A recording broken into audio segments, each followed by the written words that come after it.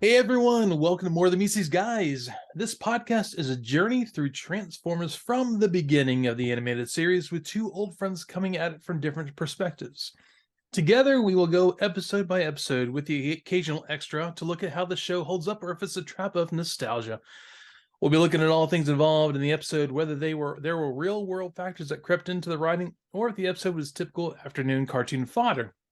I'm Evan. I'm the lifelong fan who's familiar with pretty much all aspects of the franchise and the fandom. And then we also have Ed here, who has not ever really been into it, though he's pretty much aware of Transformers growing up. So, everyone, thanks for being here again this week. Ed, good to see you, man. Hey, how are you?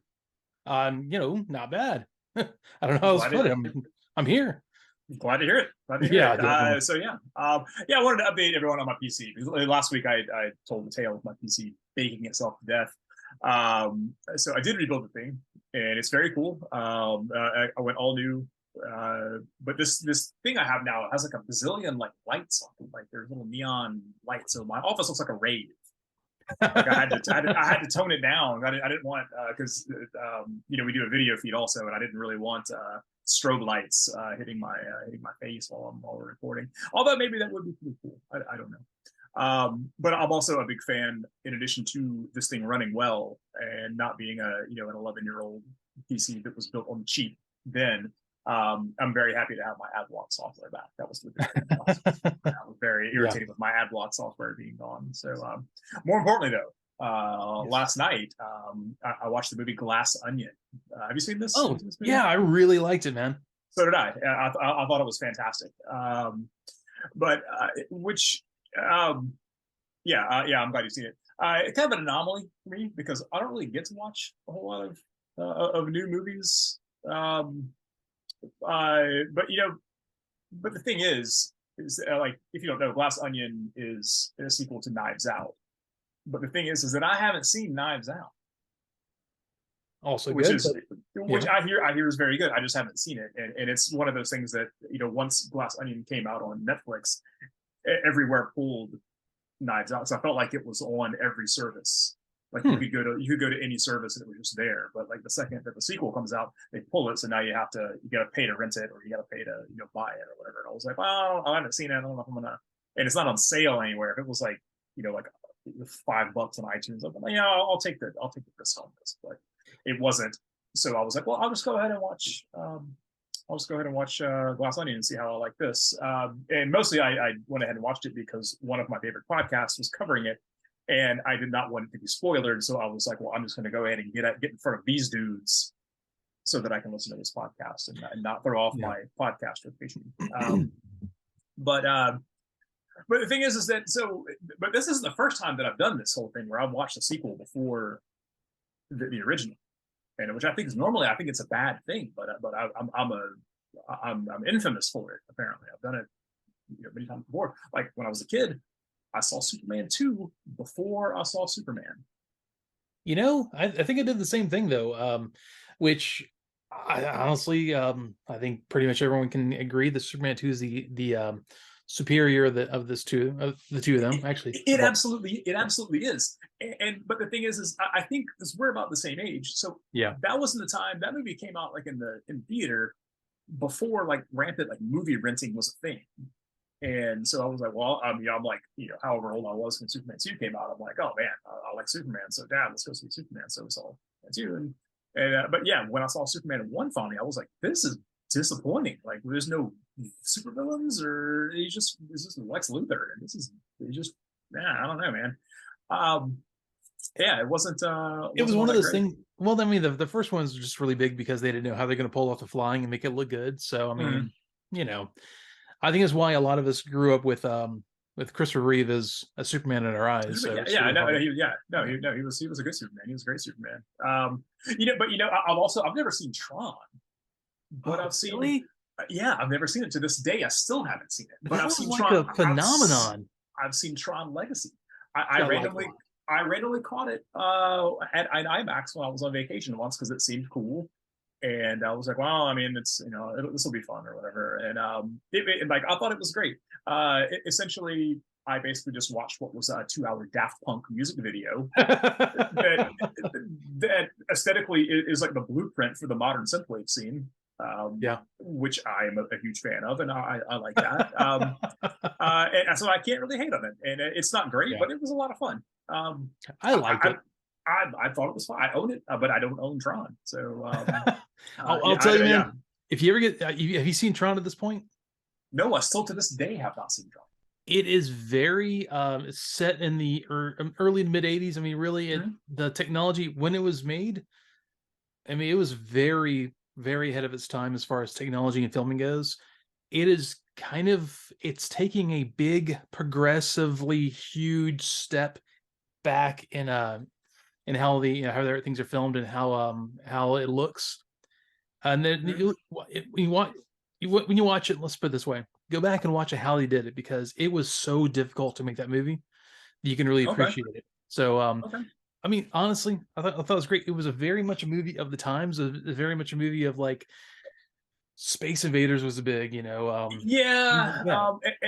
one of the reasons why I haven't gone back and put much effort into going back and seeing it. I probably should at some point, but I don't know. But it's a thing to appreciate. Yeah, I can see that. But also I have seen every Friday the 13th movie except for part 1, but I don't feel like you need that one because it's so different than the rest of them.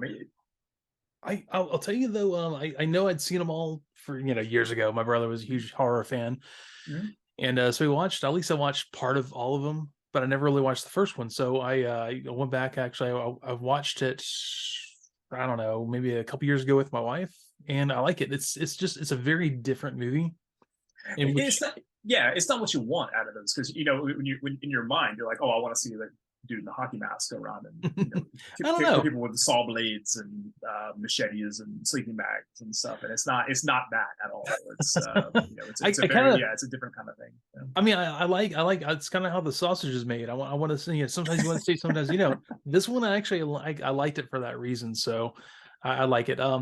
But I mean, there's so many movies that are like that the first one is like its own sort of thing, and then the sequels they go off in complete opposite directions.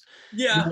When actually I saw that as a sequel, I was thinking about this earlier because we were chatting about this over text. Airplane 2, the sequel. Ooh, you saw that before? No, hold on. No, I did the same thing. Yeah, but you know what? I remember the spaceship thing. Yeah, I do. I was like, oh, this is cool. And honestly, it was fun. To me, it's the lesser of the two. So you go back and watch the original Airplane, and I really didn't get a lot of the jokes of the time then when I saw the first one. Now I love it because you get a lot of the jokes. It's so good. Being a huge Mel Brooks fan like I am, it's in that same ballpark of kind of like right, smart comedy, but also really dumb comedy at the same time. I mean, I got 2 more for you. One's a huge bomb. I'll say that one for last though. So I saw Psycho 3 before I saw Psycho. Never seen, to this day, haven't seen Psycho 2. But I love Psycho. I love Psycho 3 though. I think Psycho 3 is great. There's a point where I was in middle school actually. A friend Laura and another friend, we were all talking about we saw, like, I think it may have been Psycho 3 it came on TV or something like that. Like we were all like, like, hey, did you watch it? Oh yeah, we watched it. And we're like, oh, that was great. And I kind of let on the fact I don't know, I guess they assumed I'd seen the original. And so I said something about his mother, and they looked at me like, his mother's dead. That's the whole point, right? And like, oh yeah, I knew that. And dude, I had no idea.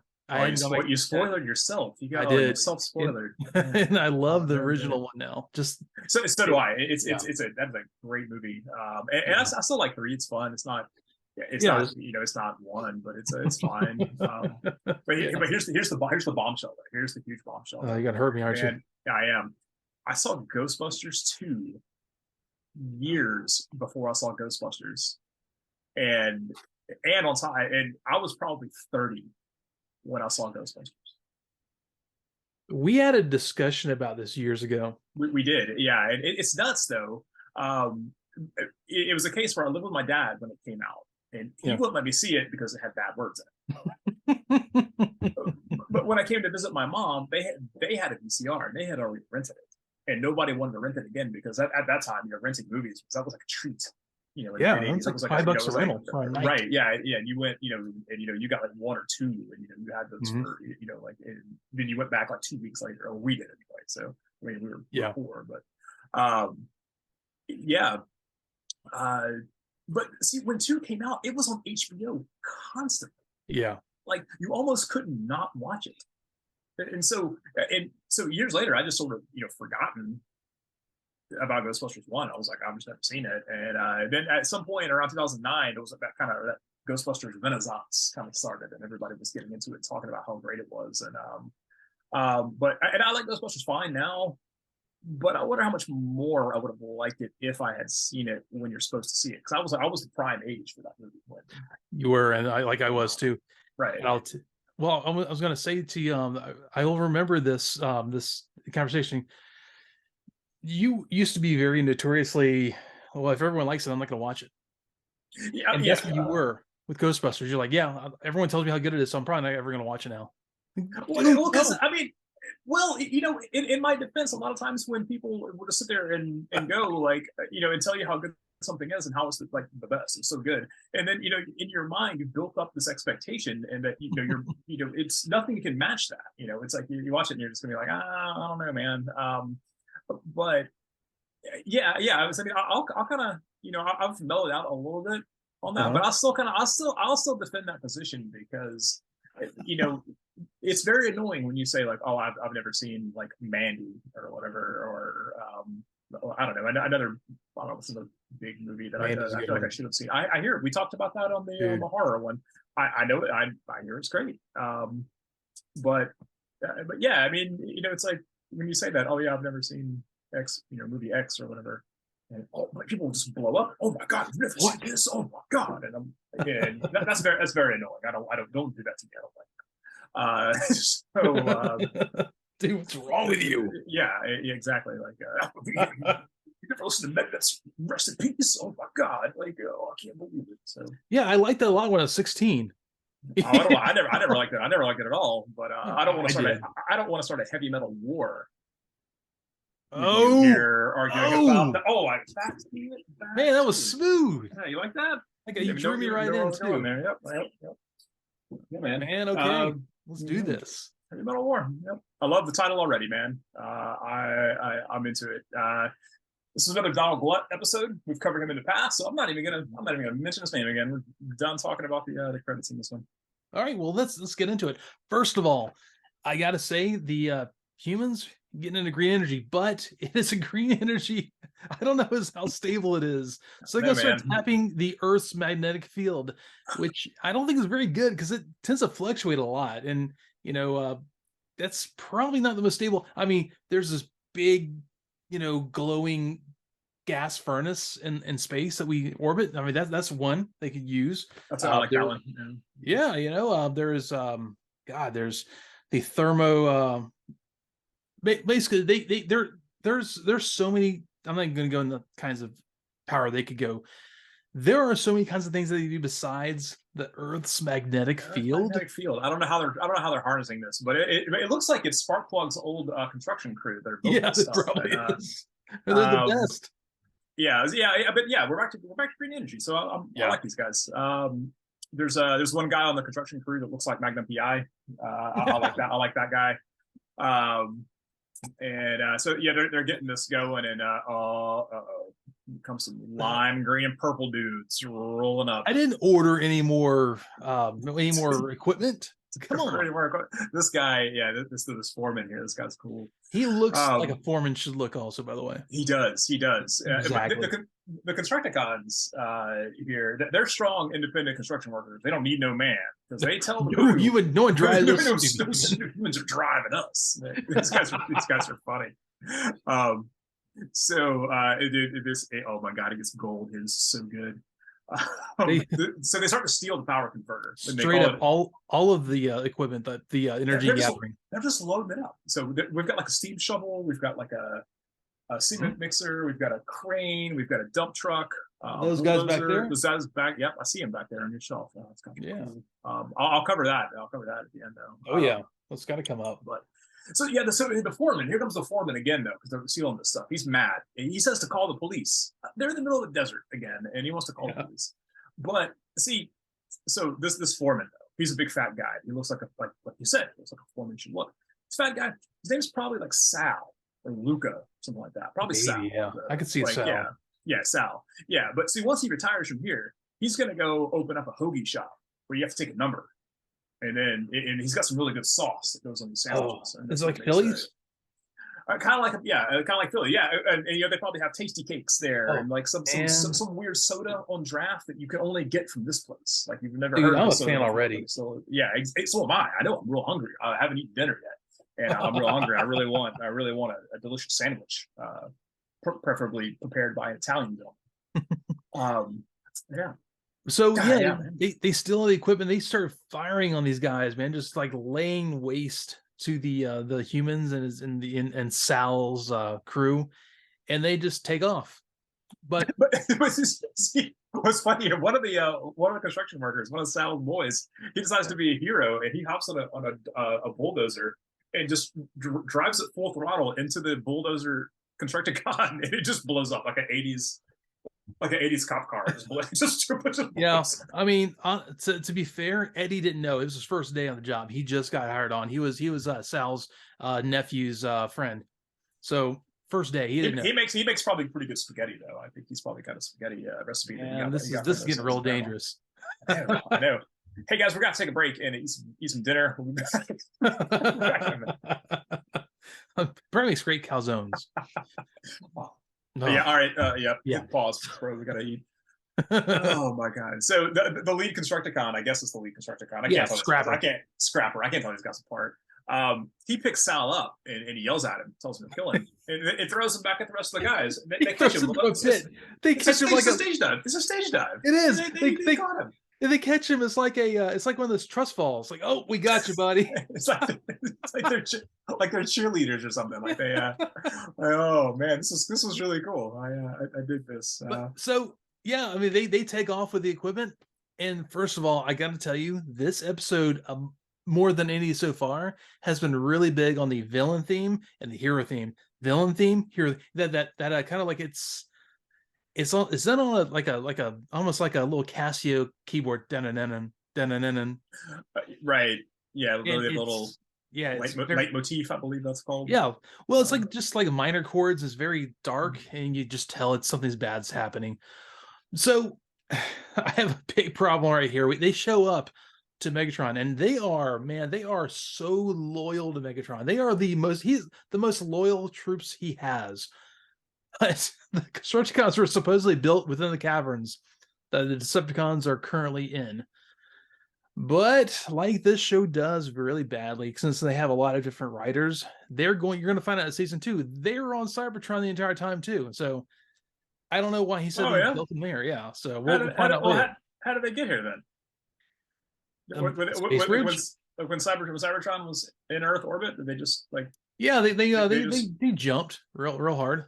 They just like Dragon Riders have burned it down. Yeah, they used one of those Mirage like hard sail parachutes and like coasted down, and they didn't know where they were. It took them a little while to get caught up. So now we're here. Fair enough. Maybe they're building something. Maybe they're building something. Yeah, they are. There's a roll call too, man. They go through every one of the names one by one. They do. So we got Mixmaster. This guy's a DJ, so he's cool. There's a dude named Hook here. Yes. That's cool too, because there's a wrestler named Hook. And I like Hook, so I'm down with this Hook also. The rest of the guys I like. They went in one ear and out the other. I can't remember. Man, okay. Scrapper, Scavenger, Long Haul, Bone Crusher, Mixmaster, Scavenger, Bone Crusher. Yes, there's 6, right? There's 6 of them. Yeah. Yeah, that's what was weird, because normally when you have dudes that, spoiler alert, when you have dudes that form together, there's typically 5. What? They join together? Yeah. Yeah. Hey, but that's what this whole episode's ramping up to, is watching these guys form together. Well, essentially, yeah. I mean, honestly, that's what's we'll get in that later. I mean, we talk about later. The 5 component combiners are generally, not always, there's some exceptions, but generally considered a Scramble City gestalt. I'll explain all that at some point later. But oh Jesus Christ, man, my brain's melting already, dude. That's right. That's Mixed Master is acid. So yeah, this is like really the this is an old.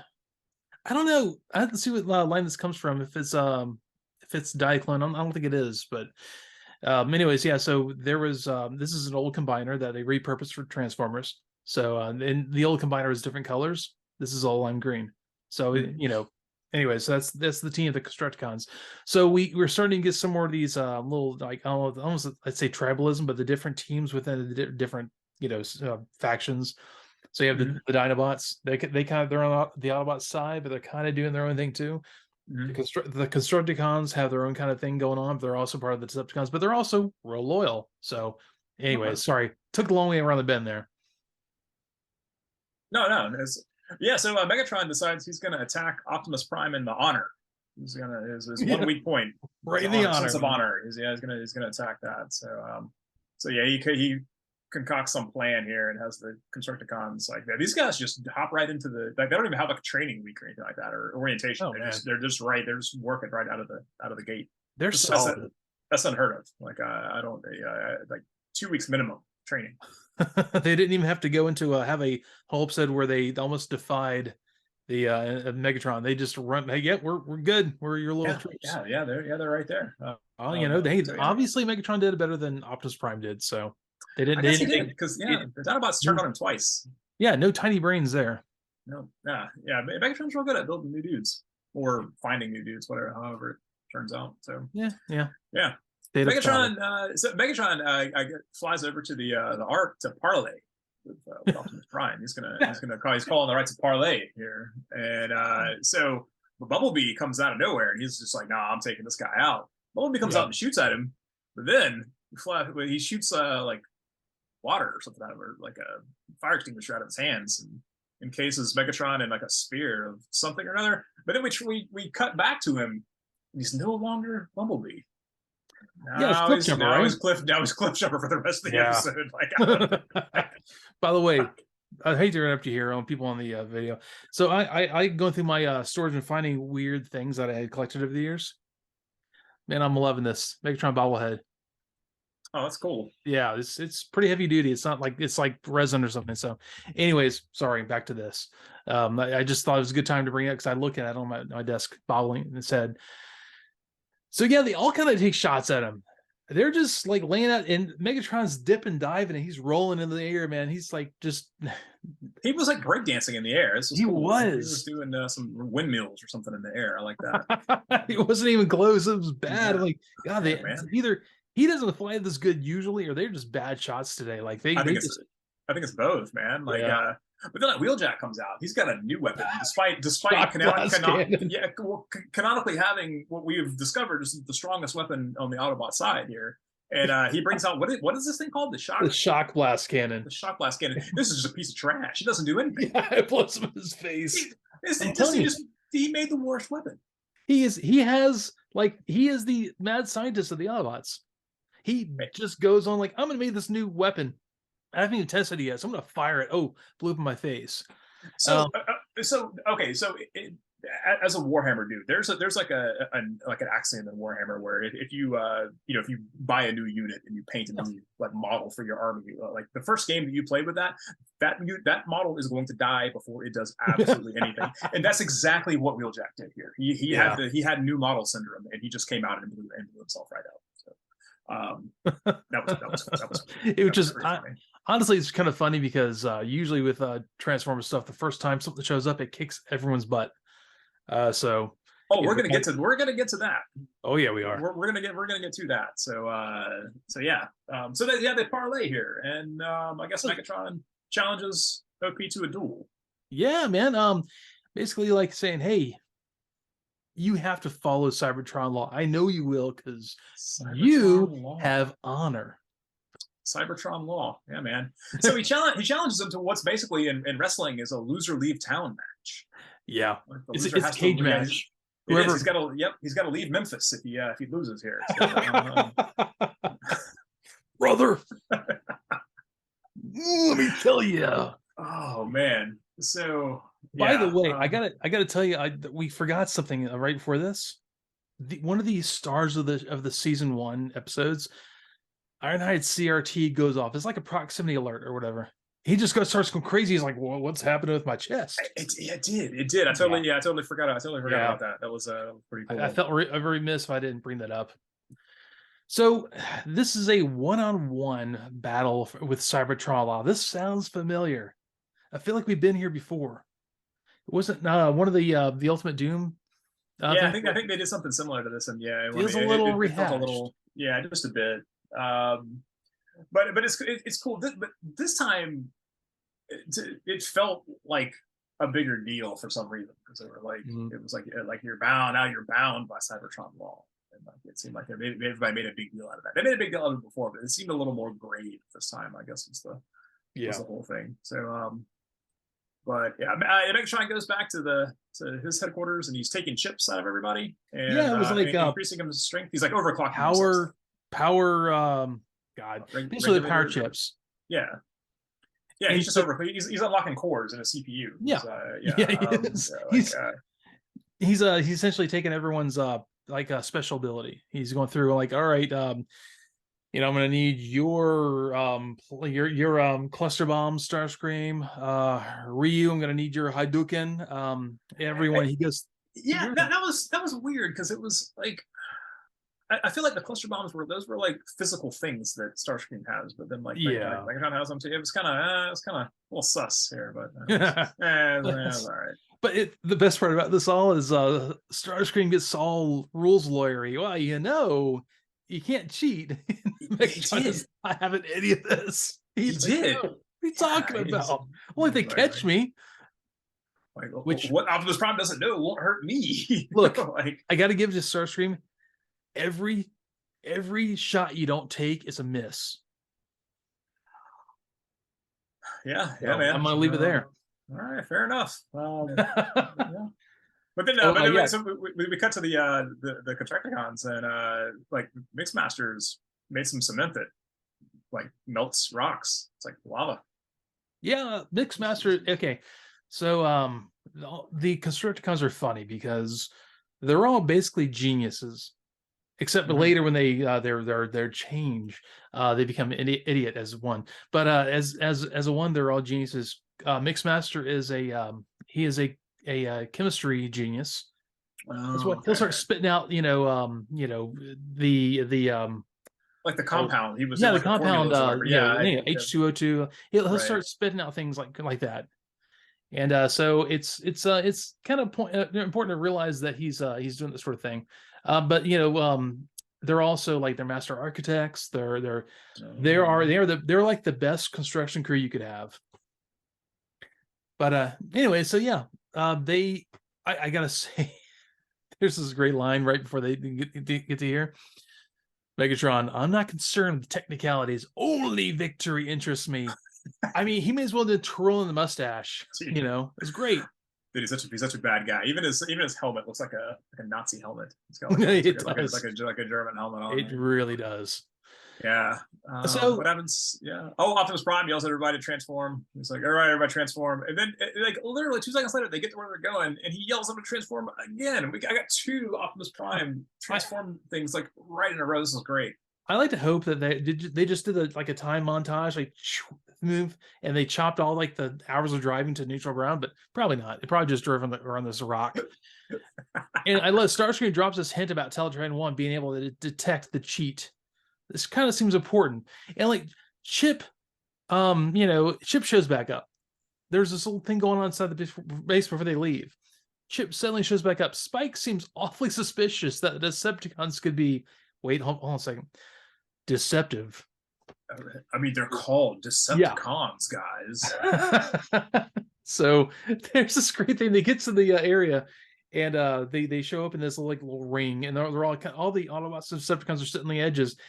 Ironhide's holding Chip in his wheelchair. Chip goes, "Hey, this is reminded of the Gladiatorial Games," and Ironhide goes it basically says like, "I would know what you meant if I cared." He kind of says that, but in a nicer way. But then Chip goes, "It's Earth history. Don't worry about it." Like it's inconsequential. Like only science is real, dummy. You don't Dude, understand. everybody's like sitting down to watch this combat. They're all like they all taking sides. It's like bleachers almost. They're on like Yeah. these on like ridges or whatever. But there's a really a kind of heartwarming part where like Soundwave sits down and he like ejects all of the tapes so they can get out and transform and watch the show too because they're like But he pets Ravage like he's a good dog. He's a cat, you know. He does. Oh, That was the only thing Soundwave did this entire episode, but it was absolutely worth it. He's the heart of the Decepticons right there. He's so good. God, he's so good. So yeah, man, this fight starts commencing at this point. So, no one notices that every time Megatron uses power, Starscream's like, those cluster bombs. Those are mine. Those are my cluster bomb. Well, Megatron starts off the fight with the handshake buster. It's like the Joker handshake. It's like it's like put her there, old pal, and he tosses Optimus Prime to the ground, and all the all the rest are like, ooh, like something's wrong, but the fight's on. And so there's a really funny shot of they just kind of pan over to each side as the fight's going on, and like there's one where like Rumble's sitting next to Soundwave and he kind of looks up at it and smiles and gives him a thumbs up while Megatron's winning. Like it's just that there's no dialogue or anything. It's just like it's like they're all sharing like a private joke. Like yeah, there's my power. Look at see what's in it. But, so while you were talking about the thing with Starscream and the cluster, boasting about the cluster bombs, there was another shot where they were talking about that, but there were two Starscreams that they colored Skywarp wrong, and he was talking to himself. It's great because if I paused it during that, so I got to like make my notes. They're all looking at each other like, yeah, it's totally believable. Two Starscreams like feeling really good about each other. So yeah, Megatron, that scene, Megatron goes back and he uses his rear cannon for like the second time in the entire show, like bam, and it was like that's my null ray. He's telling Skywarp like, look at that. Yeah, like, that's me. Stuff, he got that from me. I taught him everything he knows. So. Exactly. Oh man, and there's this great point where Megatron. Skywarp does he I guess Optimus Prime, and it's great because he picks up this huge boulder and they play the hero theme, dun dun dun dun dun, throws the boulder, and Megatron does this whole like wavy thing, and he's supposed to disappear and he's not, and then Rock hits him, he's behind Optimus Prime again. Skywarp's like, when I get my power back, I'll show you how that's done, kind of thing. There was a funny part too where Megatron hits Optimus Prime so hard that Optimus Prime got real sketchy.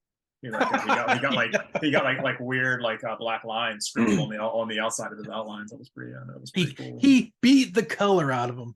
He did. Yeah, and then Megatron does it. He calls all the ocean life to help him with the concentric sound waves out of his hands.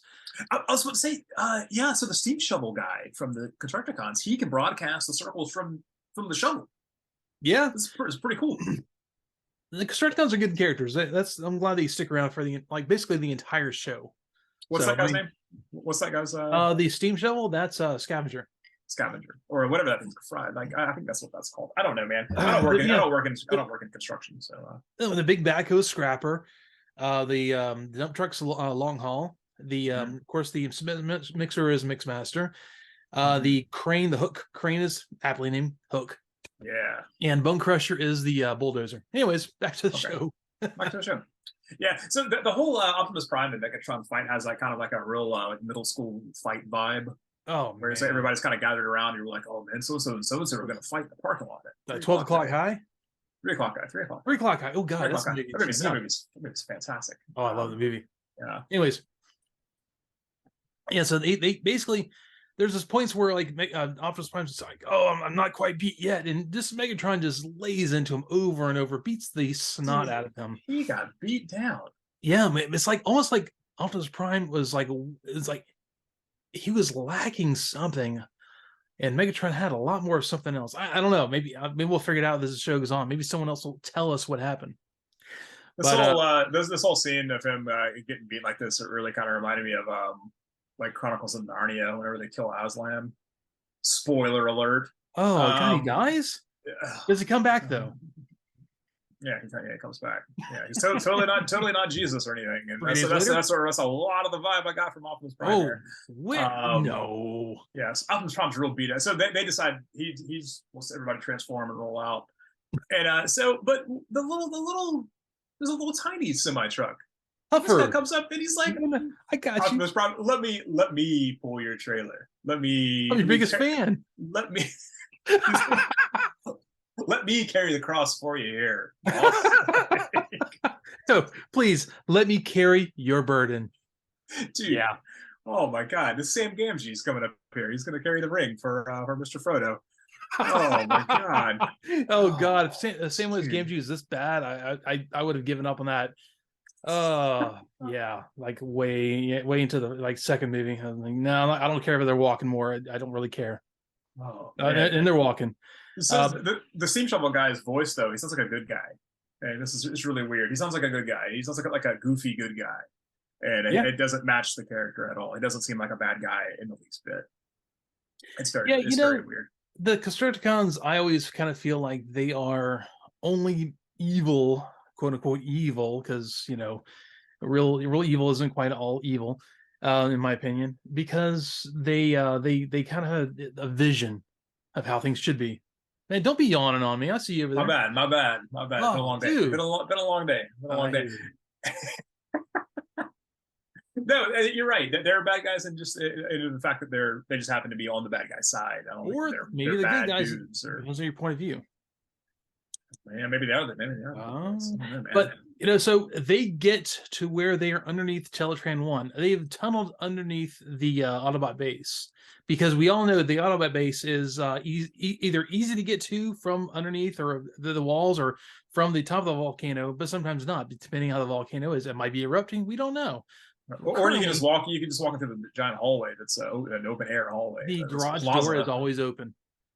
It's like a mall. Teletran 1 is has a weird ball detector. It's this like little thing that sits on top of it. It looks like an alien, I don't know, thing sitting on top of the console of Teletran 1 that starts lighting up because they detected proximity alert. And the Autobots are over there fighting, and actually I guess, I don't know, they just got beat. So Teletran 1 calls the Dinobots. Yeah, they come. The Grimlock's like, yeah, we'll help. It sounds so bored. Well, dude, he got called into work on his day off. It's just like when you're a waiter and you're 2 beers. Yeah, you're 2 beers in, and then all of a sudden here's your manager. Hey man, we're real swamped tonight, dude. And you're like, this is my one night off. Man, I better be getting time and a half of this. Oh yeah, you will. I'll give you my tips. Okay. They were gonna go do dinosaur stuff, and now they go fight. Which is, I mean, it's not a huge deal because they like to fight, but yeah. So they have a big brawl with the Constructicons, and somebody shoots a hole in the side of the mountain. Yeah, this mountain is not structured. So now we have a new weapon that's the Alpha Autobot weapon. I need to know whose weapon that was because they didn't depict it. That's obviously better than Bill Jackson. They're kind of funny about this. They'll get pissed off and shoot a hole in the side of a mountain just because, sure. All right, well, look, we're not even supposed to be here today.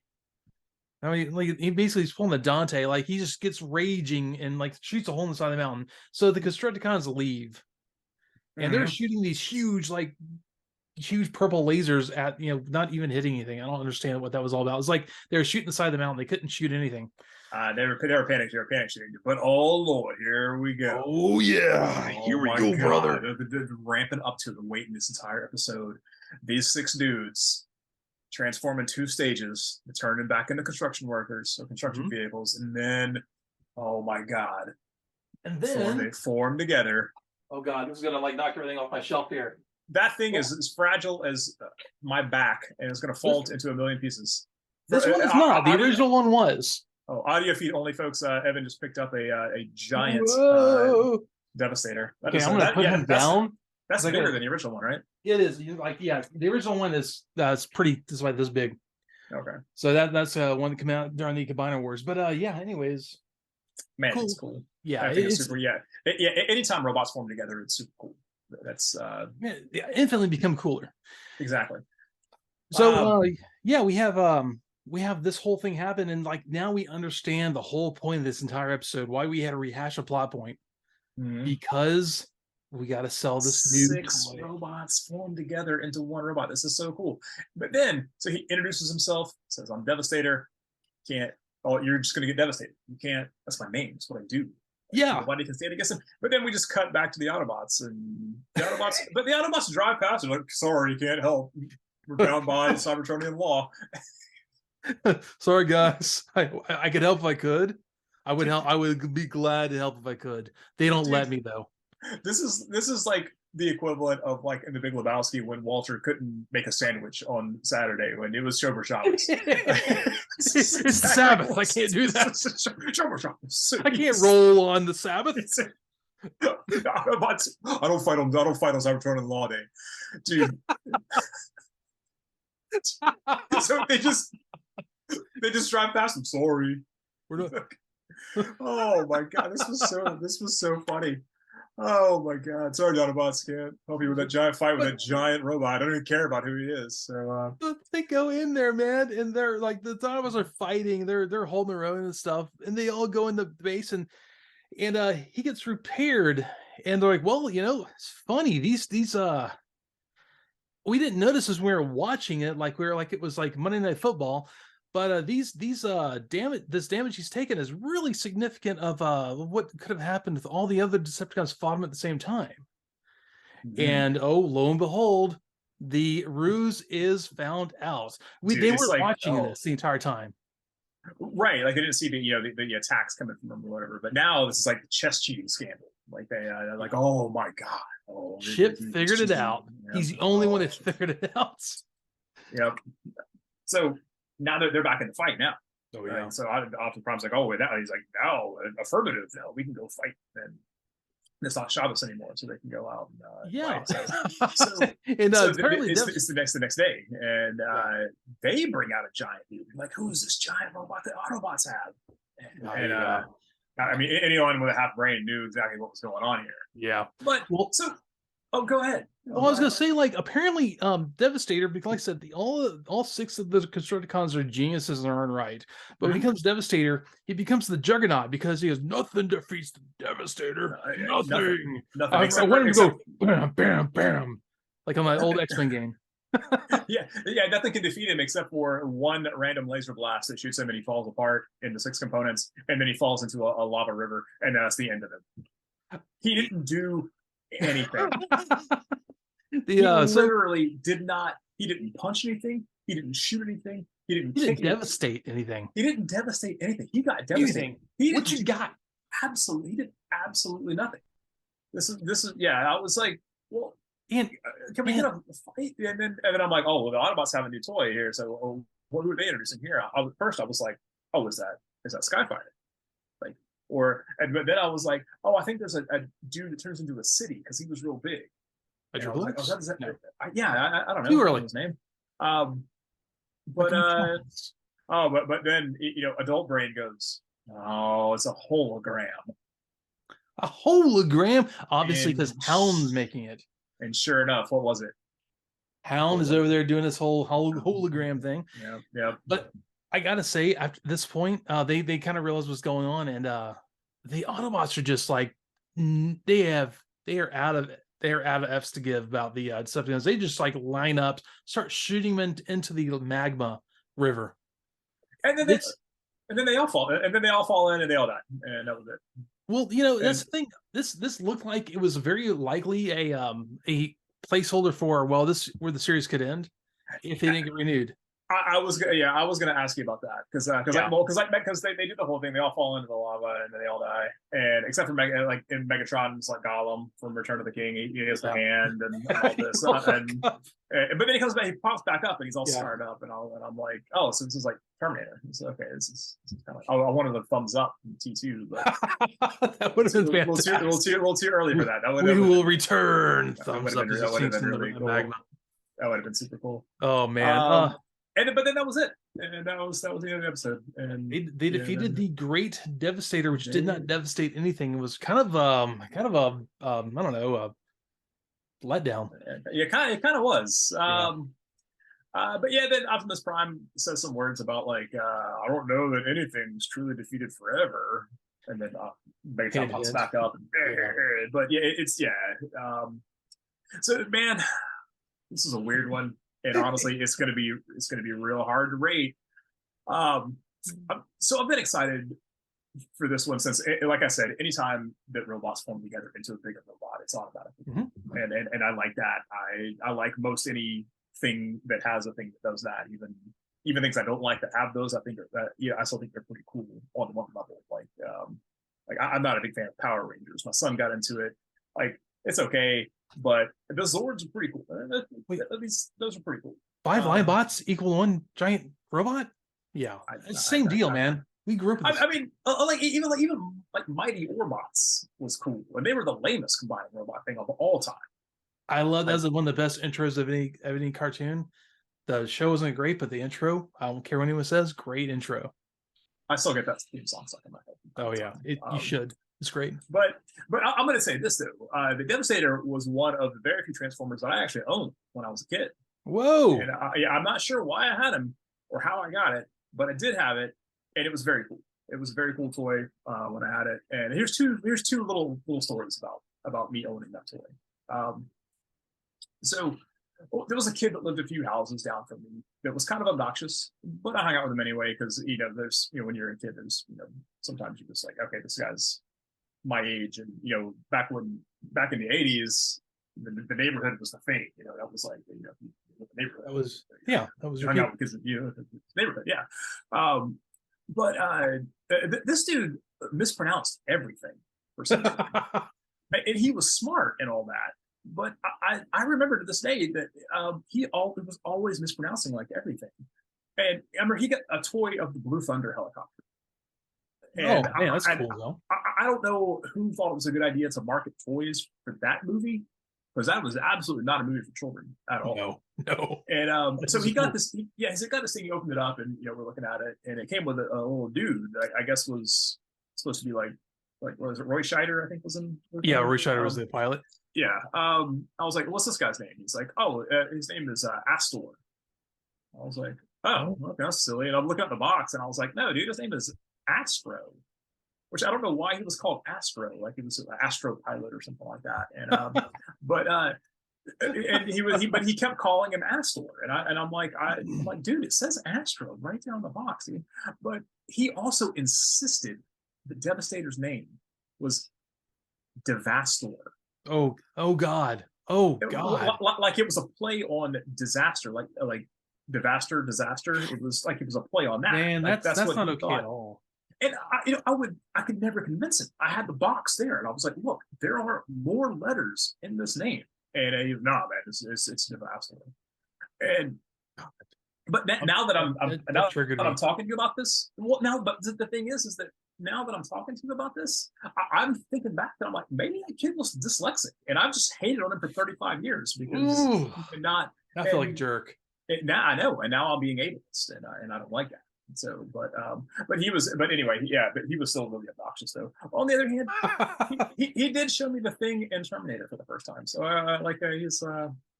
he's pretty cool. And when he moved away, he came out to visit one day, and he turned me on to Robotech. So I can't really hate on him.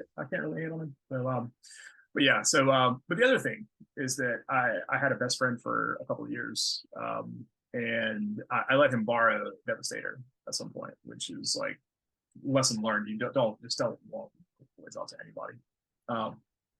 So like the original Devastator, like the guys transformed individually, but then there were all these extra little bits and bobs you had to use to pull them together, and like little plates and stuff that made everything stick together or whatever. He lost in one of those. I think it was like an arm or something like that. So I could never form the thing back together again after that. And I was really bummed out, because that was a huge toy to get back in the day, and and the chances of me ever getting that part again were basically like slim to none. And I'm still real mad about that. But that guy now, he's a crazy conspiracy survivalist that worships Alex Jones and hates women. Oh and my God. right, Oh but my now, God. I have a podcast where I'm talking trash about him. So who got ahead here? Who wins You in the end? win. I won. I win. Oh, So does he love Andrew Tate also? he probably does. He's Oh. probably broadcasting from like a ham radio or something like that right now, like from a bunker. And he's probably talking trash. Oh, he's probably talking trash about me right now because of this. But that's fine. That's fine. That's totally fine because he can hoard granola bars all he wants. I'm over. He's probably got like buckets of like hold out ratchets for a year for when the oh my goodness. Anyways, God. Yeah, he probably does. I heard this dude once. I was oh God, I was posting somewhere like on Facebook or something where hey, I need a new book to read. I need somebody give me some recommendations. And he sends me, dude, you will never in a million years guess what he sent to me. Ayn Rand.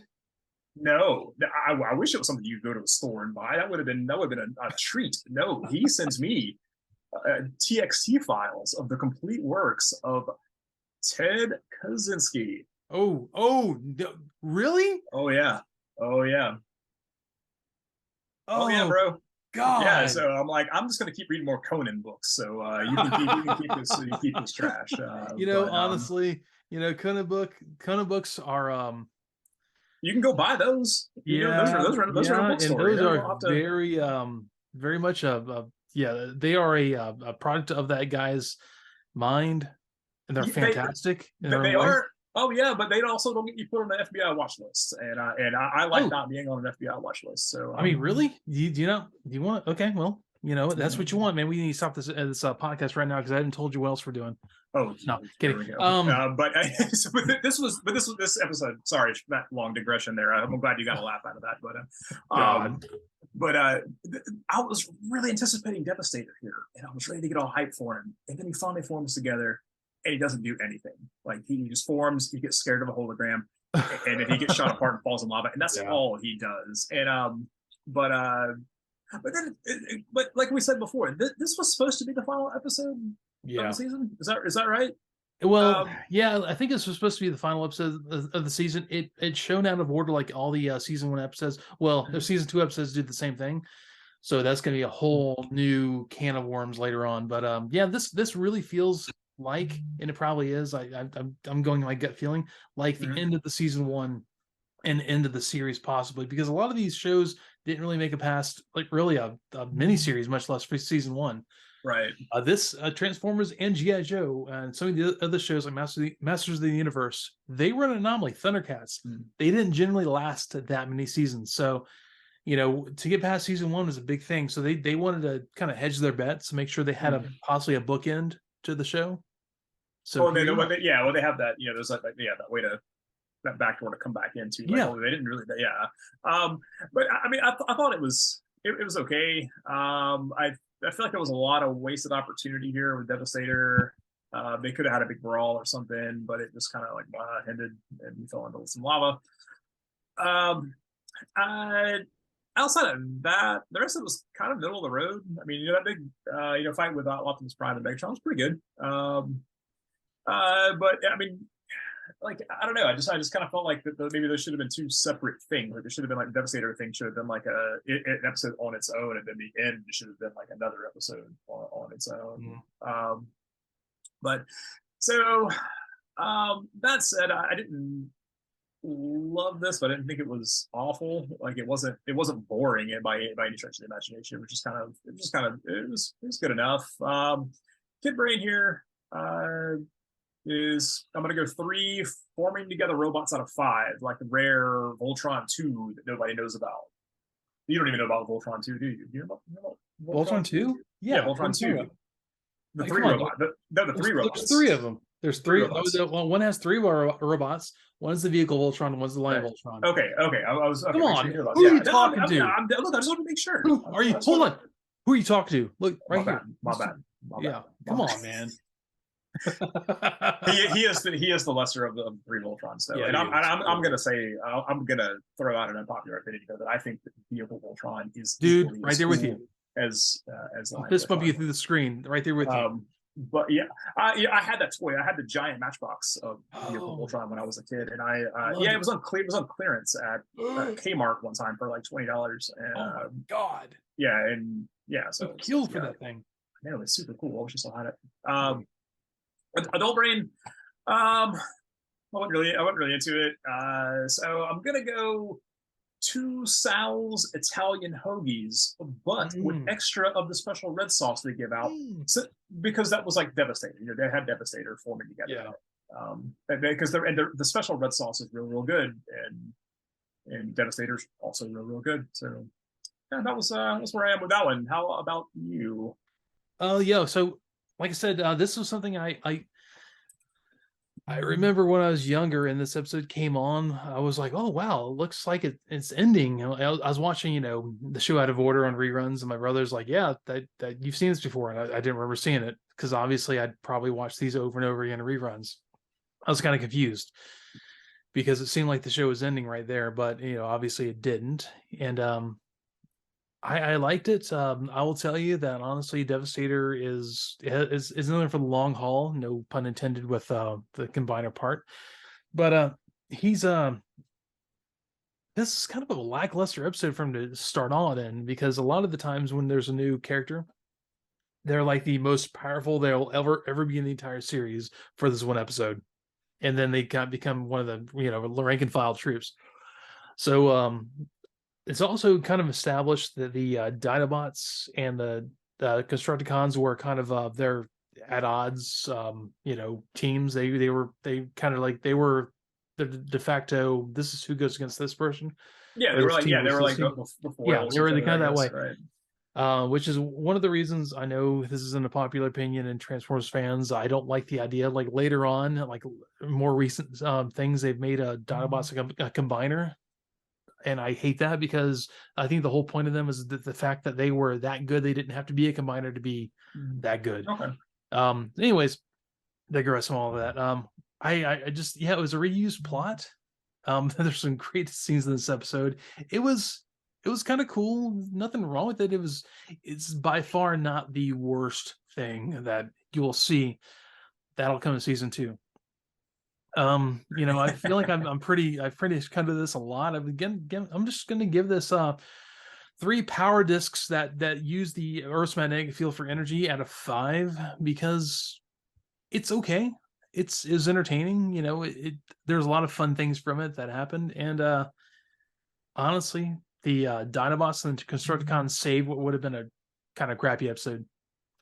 And yeah, they'll get better. And the reason why the Constructicons are still so popular of a combiner is because they were in there for a long time. They did a lot, so it was okay. It was entertaining. Yeah, That's about it. yeah. Like I said, it was good. It was good enough. It wasn't. It didn't really blow me away, but it was fine. So, Okay, cool. And I think next week we're going to be doing Fire on the Mountain, and then the last episode of season 1, A Plague of Insecticons. So that's how it's going to end in season 1. We're 2 episodes from the ending of that. I think at the end of that, do you want to tackle maybe the first few episodes of Robotech? yeah, we can do that. We also got I know you and I kind of touched base on this, but I kind of want to. I'd like to do this at some point, maybe soon, but between the seasons, is to do. We talked about.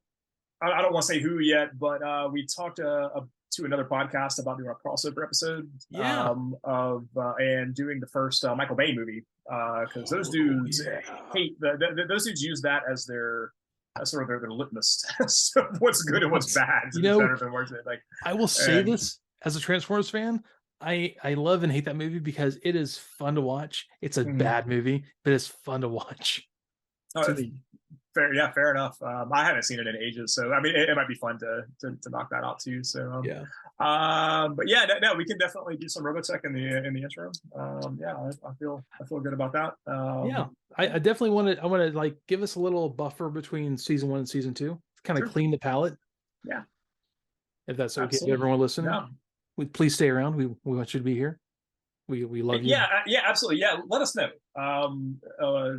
Yeah, hit them with the contact info, and if you don't want to hear Robotech, I'll take your silence as compliance for you want We to get Robotech. So. And Ori, I know if you're listening, I know you want us to do Robotech, so we'll definitely think of that too. So yeah, I will tell you that Edhatestransformers at gmail.com, Morethanmeetstheseguys at gmail.com. We will have links to the Discord, and I would love for you to join us. We have the community's building slowly, but it's pretty active.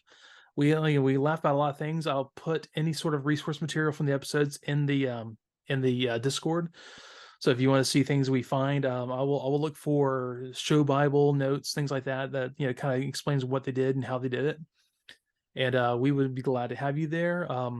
So anyways, yeah, that's kind of how we have it for this. And you can easily get a hold of us with the Discord or the email. Discord's great because you have some of the other people that are there. Tim, Danny, Jess, all the other friends I've had over the time.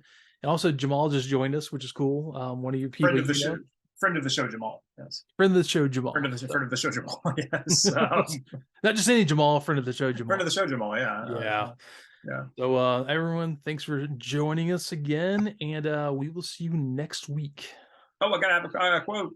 Oh yes, well, dude, yes, please don't. That's bad juju. Come on. Why build a robot ninja, Doctor? Isn't that rather dangerous? Enter the Nightbird. The Nightbird, yeah. That line is spoken by a surprisingly sensible reporter. Nice. All right, man. That'll be season 2. Take it easy, everyone. Thanks for joining us. Roll out.